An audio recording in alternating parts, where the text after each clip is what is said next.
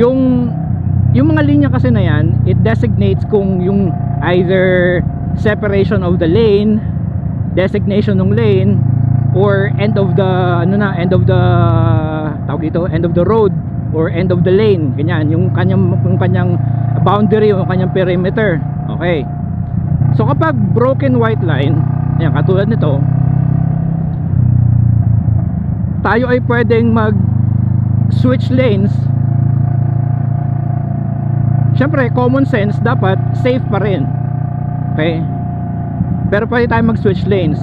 Ngayon itong white line, ang ibig sabihin yan is hanggat maaari wag tayong mag switch lanes, dito lang tayo hanggat maaari. Okay, yan, hanggat maaari dun lang tayo sa lane natin na merong solid white line. Pero wait lang, ito demo ko sa inyo. Pero just in case, because of let's say evasive maneuver like this, gusto kong iwasan yon kasi bigla siya nagbagal, I can cross the solid white line.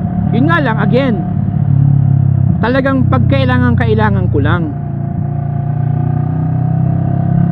Kasi yung white line, kumbaga nire-recommend na wag kang aalis dyan sa linya mo. Pero hindi naman siya totally na bawal na wag kang tatawid ng white line.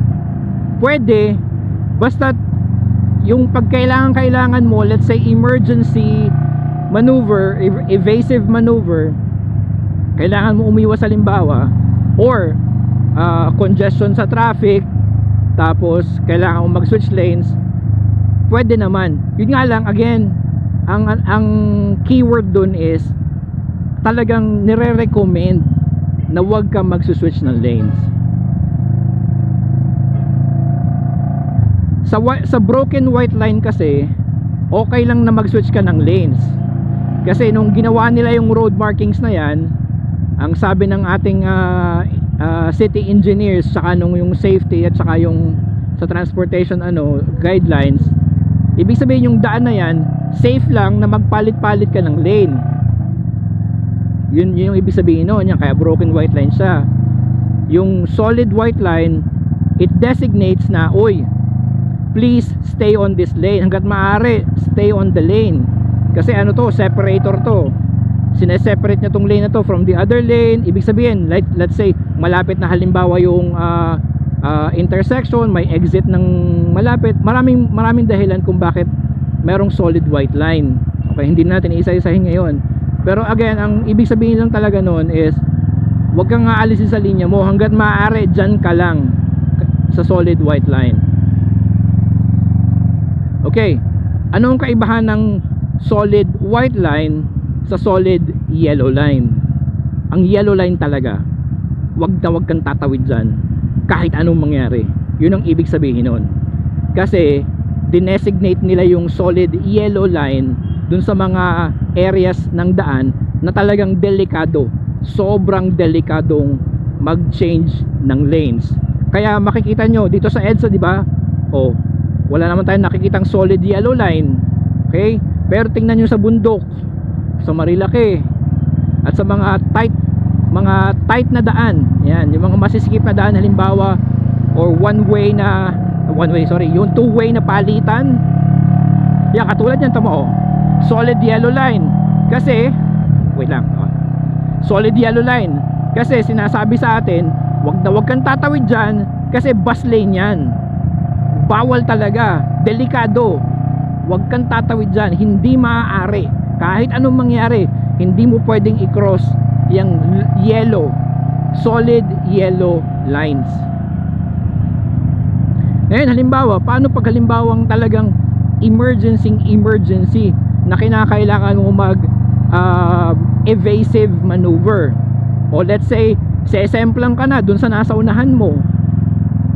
Sa tunay, ito, nung binasa ko yung guidelines, saka nung inaral ko yung guidelines kahit sa ibang bansa, kung halimbawang let's say ganyan, dire-diretso kami ng takbo, itong taxi sa unahan ko nagbagal, eh dalawang solid yellow lines yung yung nasa tabi namin.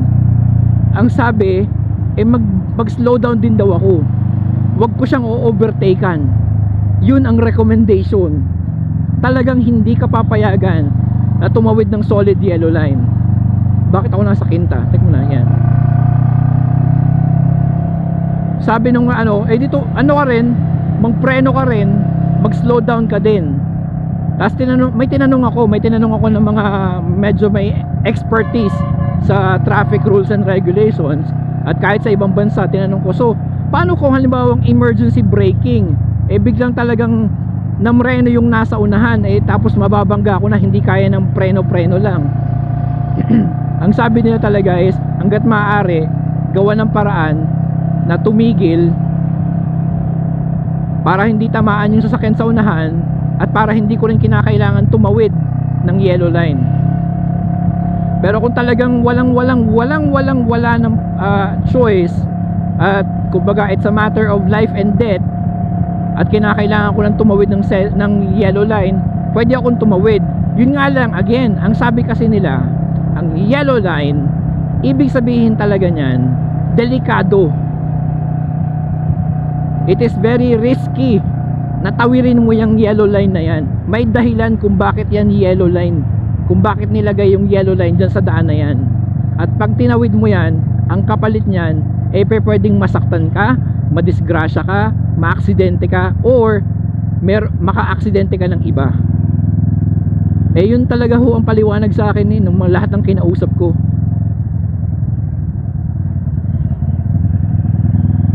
Yun ang kahalagahan ng solid yellow line. Now again, going back to yung solid white line, na nire-recommend talaga na huwag kang mag-cross ng line. Pero pag ikaw ay nag-cross ng solid white line, kailangan lang naman na parang ma-justify mo, bakit ka nag-cross, ba't mo kinakailangan. May nagkarambola na ho talaga, or bagal ho nung nasa unahan ko, sobrang bagal, nasiraan ata, ganyan. At saka ang isa pa nga pala, nakalimutan ko sabihin, bago ka mag-cross ng solid white line, you need to make sure that what you're going to do is really safe. Kasi kapag nag-cross ka ng solid white line, tapos nakadisgrasya ka, or nag-cause ka ng disgrasya, ikaw yung mali. Kasi nag-cross ka ng white line, ng solid white line.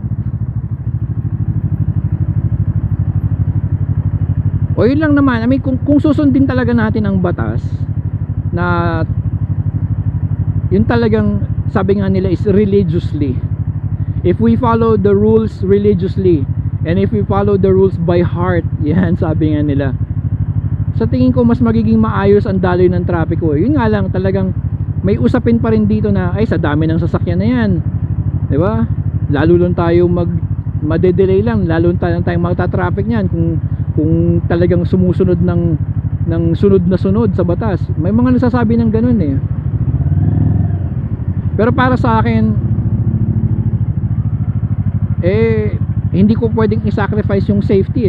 Mahirap i-sacrifice yung safety.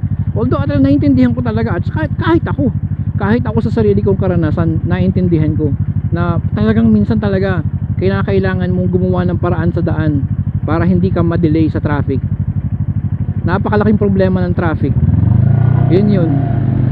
Kung wala sanang halimbawang aspeto ng yung pagta-traffic, yung heavy traffic, napakadaling napakadaling sabihin na sumunod tayo lahat sa batas, ayusin natin ang ating takbo.